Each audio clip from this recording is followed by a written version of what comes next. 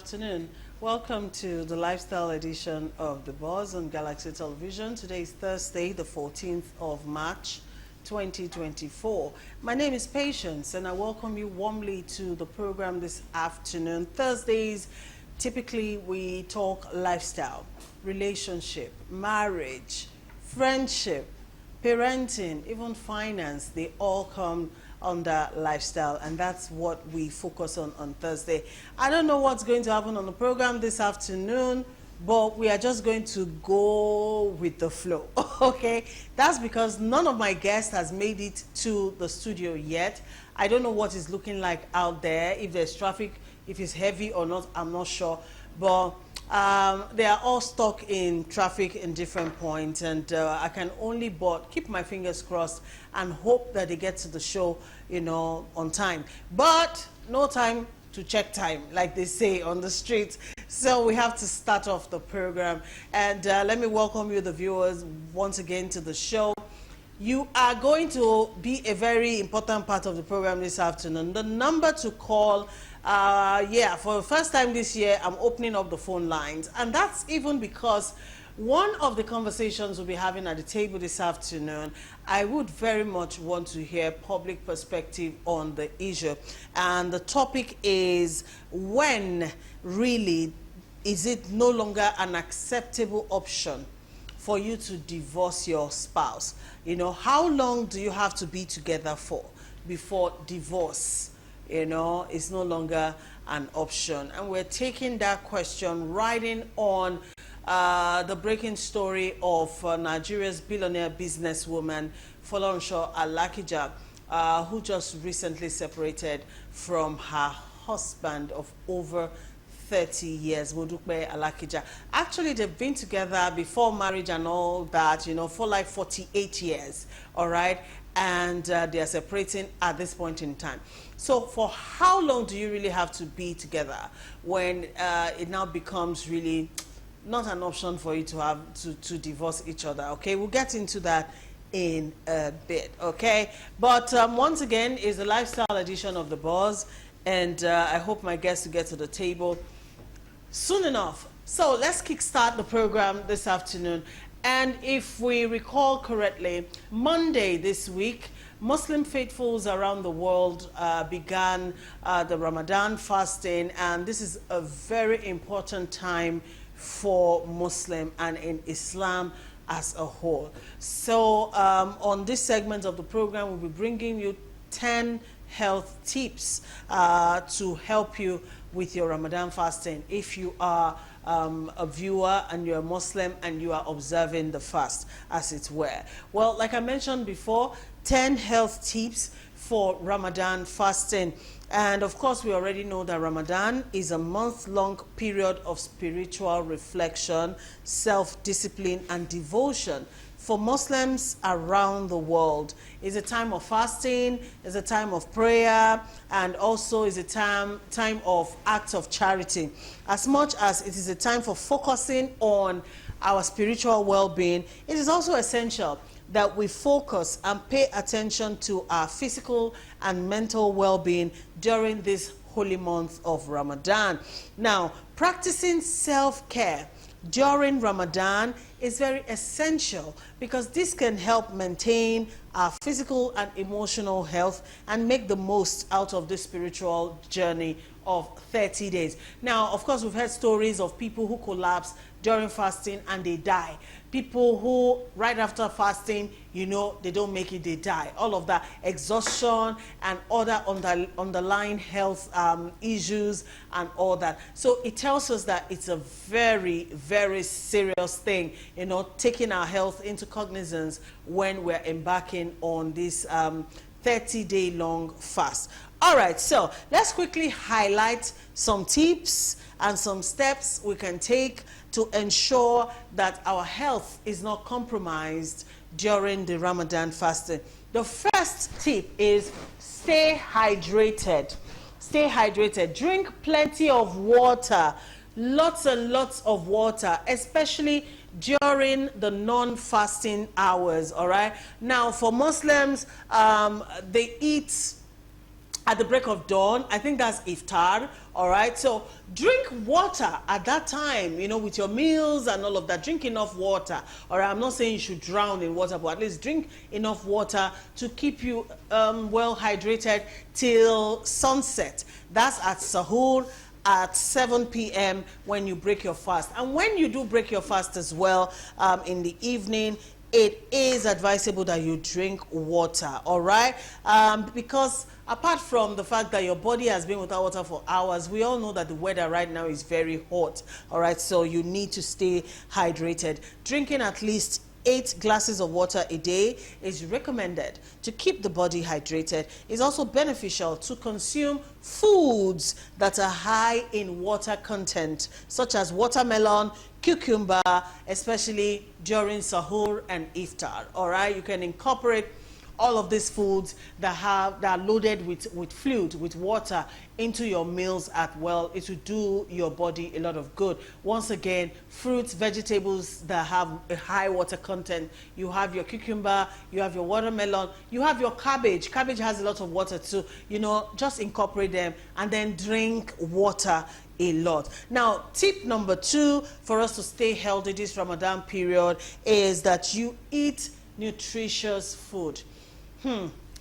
I know this is very trying times for us as Nigerians, so eating nutritious foods might be a challenge to a lot of people, especially if you don't have a high purchasing power, you know, to buy so many things, all right? But then one way you can go around that is that you plan your meals ahead. If you plan your meals ahead, then you'll be able to add and remove, you know, as the situation occurs, okay? And then you also know what cheaper options you can put in place of some expensive things and still get the same nutritional benefit, all right? But then the advice is you always eat a balanced diet. Eat foods that are rich in complex carbohydrates, in proteins, healthy fats, fruits and vegetables, of course. You can never leave that out, all right? Because all of this will provide sustained energy throughout your fasting period. It is recommended, once again, to consume a balanced diet during sahur that includes complex carbohydrates, protein, and healthy fats, okay? This will help sustain you during the day when you are actually fasting. And then at iftar, it is best to start with a light snack, all right? And then also make sure that whatever meal you're having after that is also balanced. But then, because it's quite early in the morning, you're not expected. Is iftar in the morning or in the evening? I think iftar is in the evening, if I'm correct. Anyways, iftar starts with very light food, light snacks like dates. That's a good option. You know, dates, they call it debinu, okay? Those are very healthy and they are energy-packed kind of foods you can start with, and then you finish up with your balanced diet, okay? Now, one thing you don't want to do during this period of fasting is to overeat. Please, you have to avoid overeating, because some people's way of thinking is, since I haven't eaten the entire day, so all the meals I missed during the day, I eat everything when I break the fast in the evening. That's not a very good habit, okay? While you're breaking your fast at iftar, avoid overeating or consuming large amounts of sugary or fatty foods. This will not help you. Go for moderate portions of food and make sure it's balanced diet, okay? If before you eat like 2 cups of rice, don't multiply that and eat 4 cups of rice because you haven't eaten all day. Still maintain your normal 2 cups of rice, and then you can add other things like veggies and fruit to all that. Because if you overeat, and because you are eating at irregular hours during this fasting period, it can make you sick, okay? So avoid overeating. It's not going to do your body any good. All right, so tip number 4 is that you should not miss sahur. Please, when you're fasting, some people tend to go without that early morning meal. All right, that meal is actually very essential. So you've got to include sahur in your meal plans during this fasting period. Include a lot of carbohydrates, complex carbohydrates, that is protein, healthy fats. All right, this will provide you energy that will help you at least feel like you ate something throughout the whole day. So you missing out on sahur and thinking it's not a big deal, it's actually not beneficial to you. It is a big deal at the end of the day, even if you don't have appetite, because I know some people cannot eat that early in the morning. Even if you don't have appetite to eat like a whole meal, you can snack on fruit, you can snack on things that will at least give you some level of energy throughout the day up until in the evening when you break your fast. All right, tip number 5 is that you reduce your intake of caffeine and sugary drinks. Okay, you've got to do that, and it's so essential because when you take too much of caffeine and sugary fizzy drinks, they can actually lead to dehydration, and it can also crash your energy level. Okay, so what sugary things does for your body is it gives you that energy boost that you need at that point in time. But then, I mean, those fizzy drinks we buy in traffic that we take and all of that, I'm sure you must have observed that when you're feeling tired and you take them, it refreshes you, but then it's just like instant coffee. You know, it gives you that heat you're looking for, you know, momentarily. And then later on, it all starts to fizzle down and fizzle away, and you are back to square one, feeling tired and fatigued and all of that. So this fasting period is not the time for you to be binging on caffeine laced foods such as coffee and so on and so forth. All right, you have to reduce that intake, and also sugary drinks. Instead of going for sugary drinks and fizzy drinks, you can opt for smoothies at this point in time. You know, buy 2, 3, 4 different types of fruits, blend them together. You can either sift or take whole like that. I like to take my smoothies like that because all of that good stuff you're sifting away is fiber. That's my way of looking at it. Okay, so that's me consuming the entire fruit as against when I squeeze out the juice and consume the juice alone. I like the whole thing. All right, so you can blend it and then have it as a smoothie, you know, put in your ice blocks if you prefer it cold or whatever. But then you're doing your body much good by avoiding too much sugar. All right, you don't need that sugar fix at this point in time. All right, so reduce your intake of caffeine and sugary foods. Now, tip number 6 of how you can practice self-care during this Ramadan fasting is that you take short naps. If it is possible, please take short naps during the day to help alleviate fatigue and also maintain your energy level. All right, because your body is used to you eating lunch, you know, maybe at 1 p.m., 2 p.m., as the case may be, and all of that, and you're not going to be eating anything during the day. Chances are already your energy levels have dropped at about that time of the day, but then it will help to rejuvenate you if you can just close your eyes very quickly and just take a short nap. I know it might be almost impossible for a lot of people. You know, maybe you work in a bank or you work in an establishment where you need to be alert, such as in a media house like this. You need to be alert all day and all that. But then I'm guessing that employers will be a bit more considerate at this point in time to know that the fasting period is actually a lot of work, you know, for people who are actually fasting. So, but if you can, if your kind of job or work or business you do permits that you can take very quick, short, 30 minutes, short eye, please do that. Take a quick nap if you can, especially if you are like a stay-at-home mom or dad and maybe you work remotely and all of that. Please ensure that you take short naps during the day. During the day, taking that short nap, like I mentioned, can actually help to improve your energy levels, and also it can help to improve your mood during this fasting period. Now, tip number 7, exercise moderately.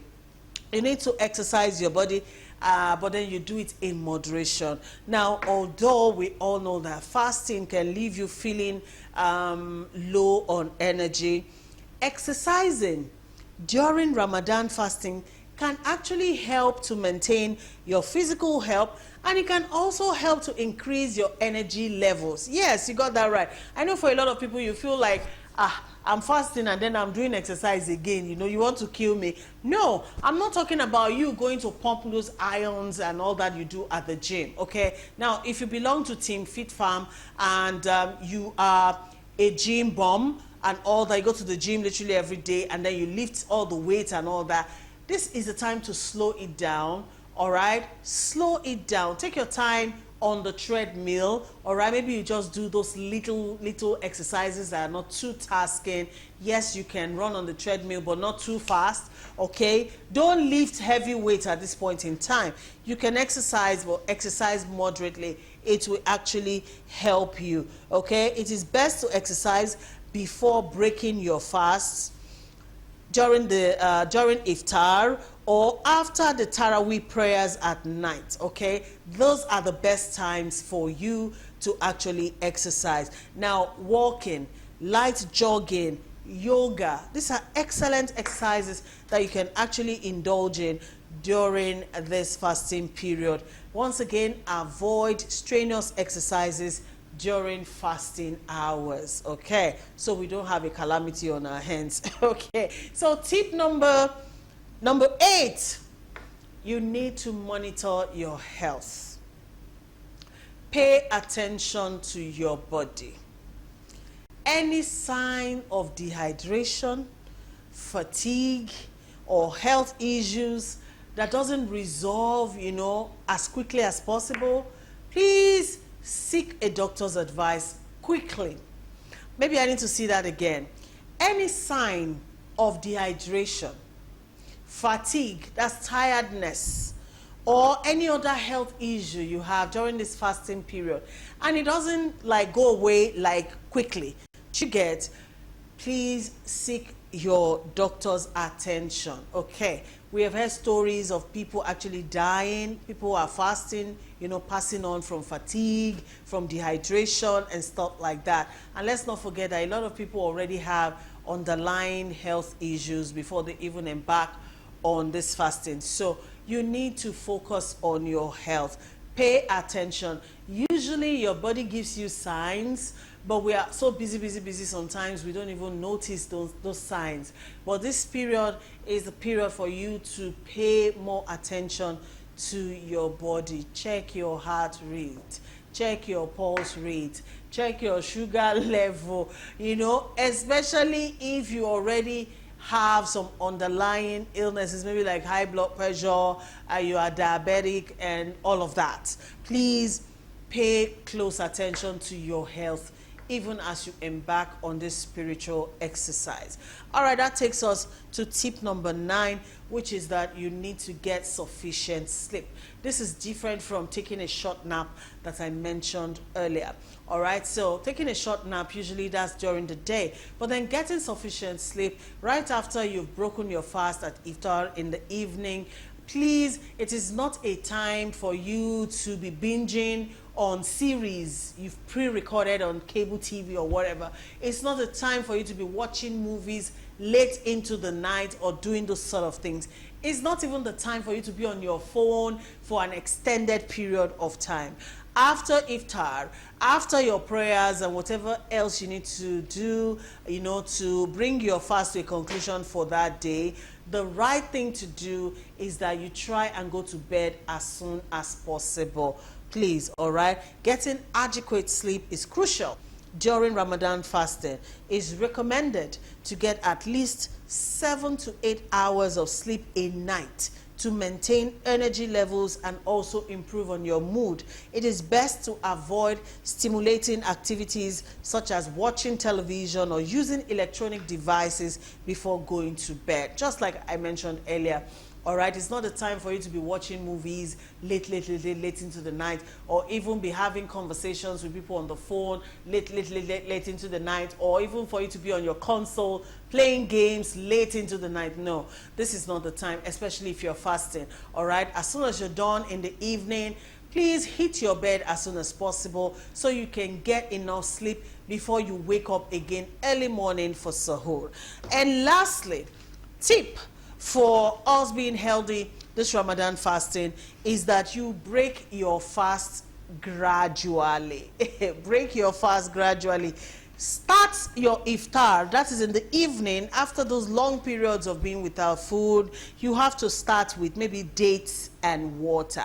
I know date is always number one on the list. Why? Because date is an energy-packed fruit. All right, I eat it a lot too.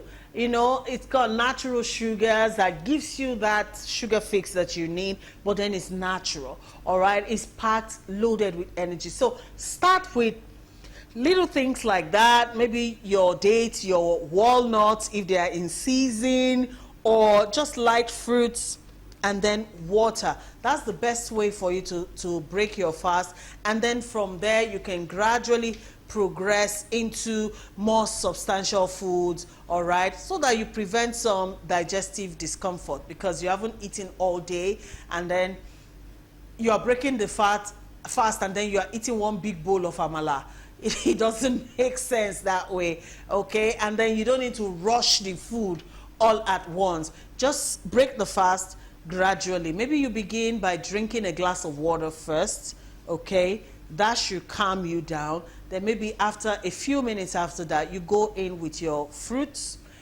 And after some time after that, then maybe you can gradually move on to some light meals. And that's how you break your fast gradually. Now, if we take all of these steps, you can maintain your health and your well-being while you are also on this spiritual exercise of Ramadan, okay? However, it is advisable that if you have underlying health conditions, you know, even before the fast and all of that, please seek a doctor's advice on whether or not you should actually be fasting or not. I know a lot of Muslim faithfuls will not hear this, because fasting during Ramadan is almost like, you know, it's almost impossible for you not to fast if you're truly a Muslim. I get that part of it. But if you are like terminally ill, how about that? You don't need to add more stress to an already stressed body. That's all I'm saying. Okay, God sees the heart. Above all, He's the all-knowing God, and He knows why we do what we do every single time. Having said that, I hope all these tips will help all of us, even as we embark on these 30 days of spiritual cleansing and spiritual reflection and all of that. And I pray that our prayers are answered and we do have a very good and rewarding Ramadan. Ramadan Kareem to all of our Muslim viewers.